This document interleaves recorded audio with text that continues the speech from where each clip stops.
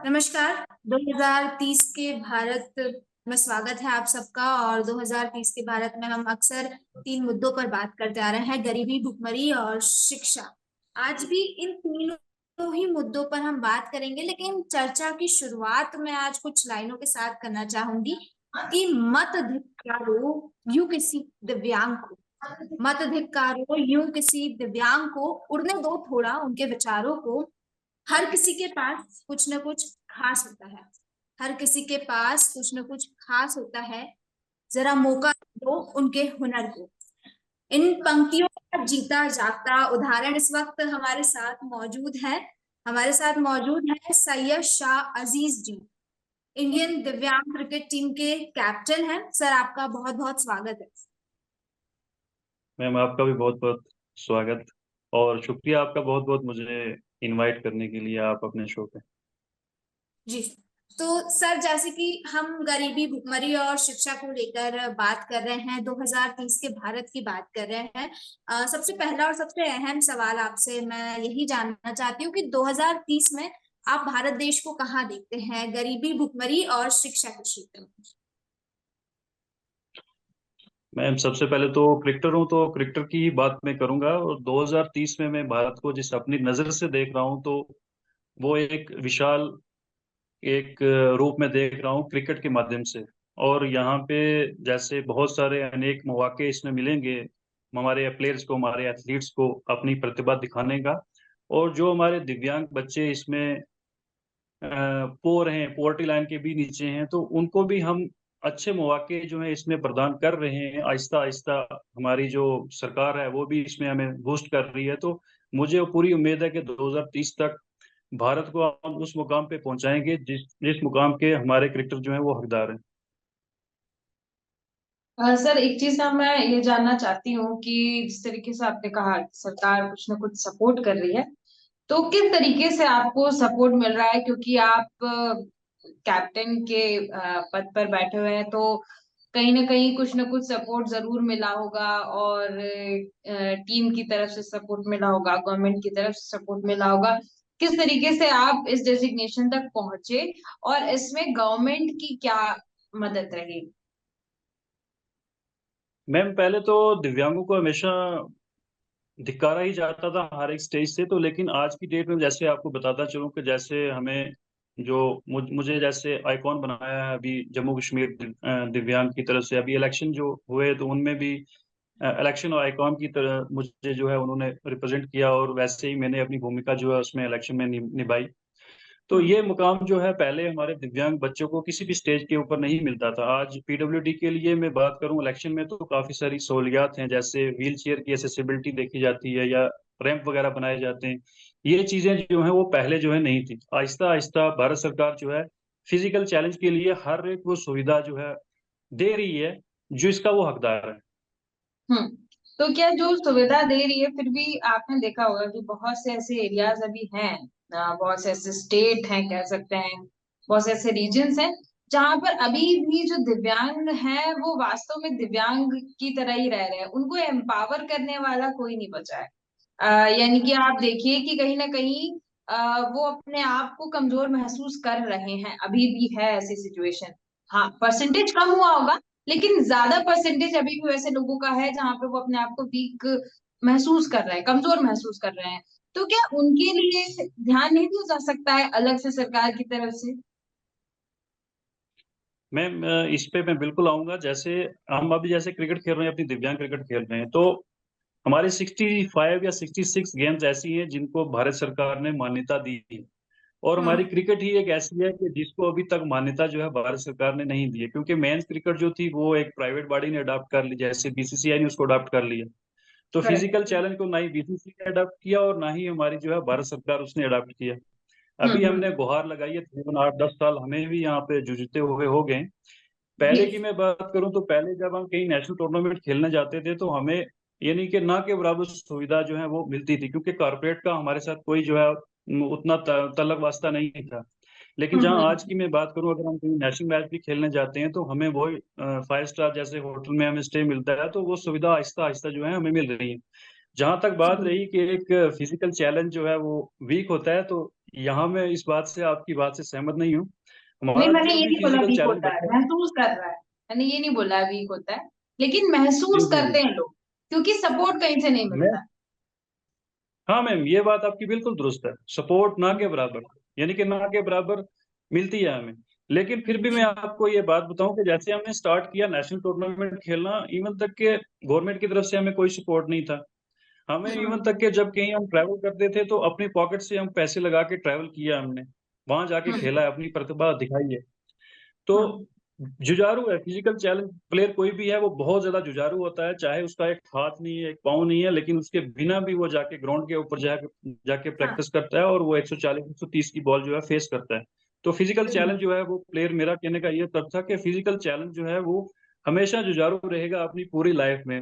उसको बिल्कुल दिखेगा जाहिरी तौर पे कि ये थोड़ा सा वीक है, लेकिन अंदरूनी जो है हम जो है सक्षम होते हैं, कभी वीक नहीं होते। बिल्कुल बिल्कुल सर, बिल्कुल काबिले तारीफ बात है ये। और क्योंकि सर आप स्पोर्ट्स फील्ड से बिलोंग करते हैं, एक चीज जानना चाहती हूँ। हालांकि हम गरीबी, भुखमरी और शिक्षा की बात कर रहे हैं, लेकिन क्या गवर्नमेंट के थ्रू ऐसा कोई इनिशिएटिव लिया जाना चाहिए, या फिर ऐसी कोई चांसेस है कि अगर गवर्नमेंट स्पोर्ट्स पर्सन को एम्पावर करती है या फिर स्पोर्ट्स के फील्ड में एफर्ट्स लगाती है, तो कहीं ना कहीं क्या उससे पावर्टी कम होने के चांसेस है?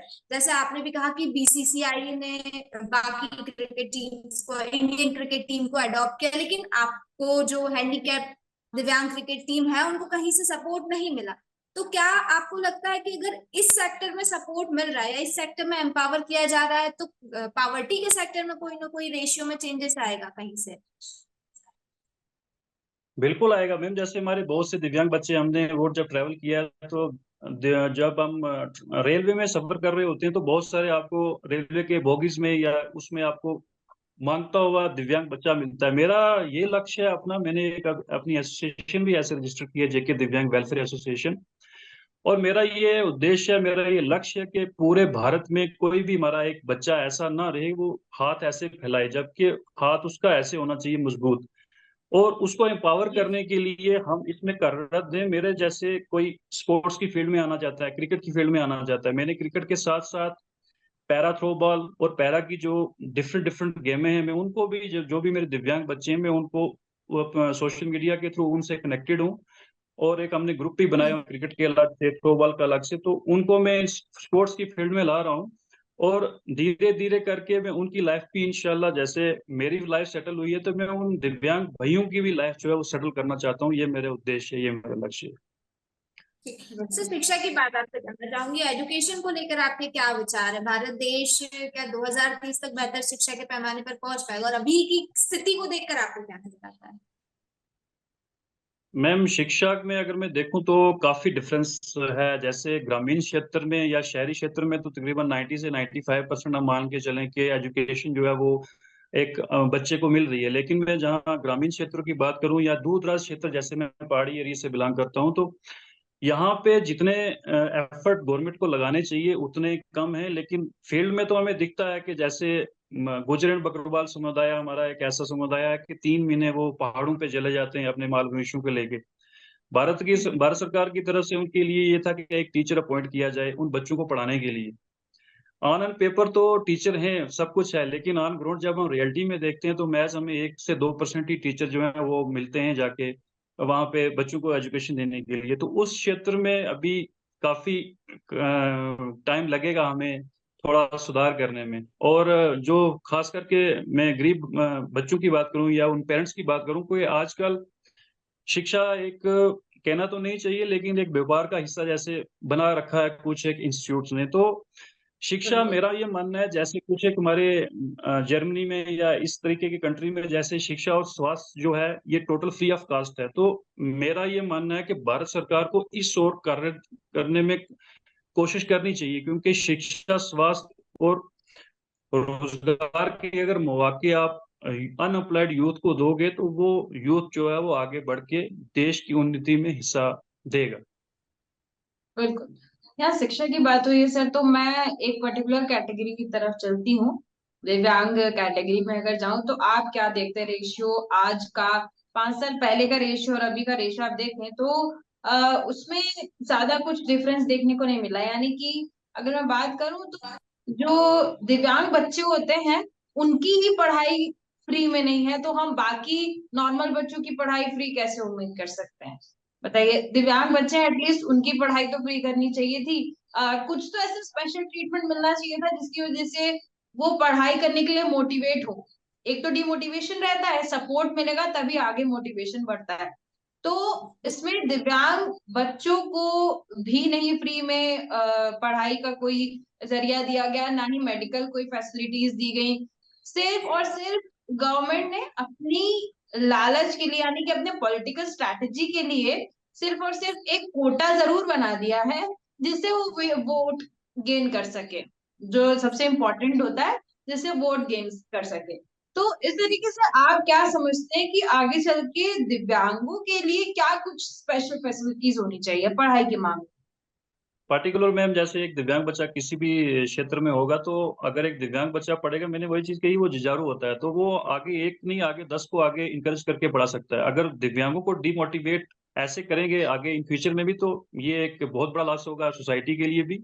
और मेरा आपके माध्यम से भी यही भारत सरकार से भी ये गुहार रहेगी कि जो भी दिव्यांग बच्चा है, जैसे कोटा आपने बताया कि फिक्स किया है, उसमें स्टेफन का भी इन्होंने प्रोविजन रखा है, लेकिन आजकल एजुकेशन इतनी महंगी हो चुकी है, किताबें पढ़ाई इतनी महंगी हो चुकी है कि जो वो स्टेफन दे रहे हैं उनको वो पूरा नहीं हो रहा है। हाँ, आखिरी सवाल की ओर बढ़ते हैं।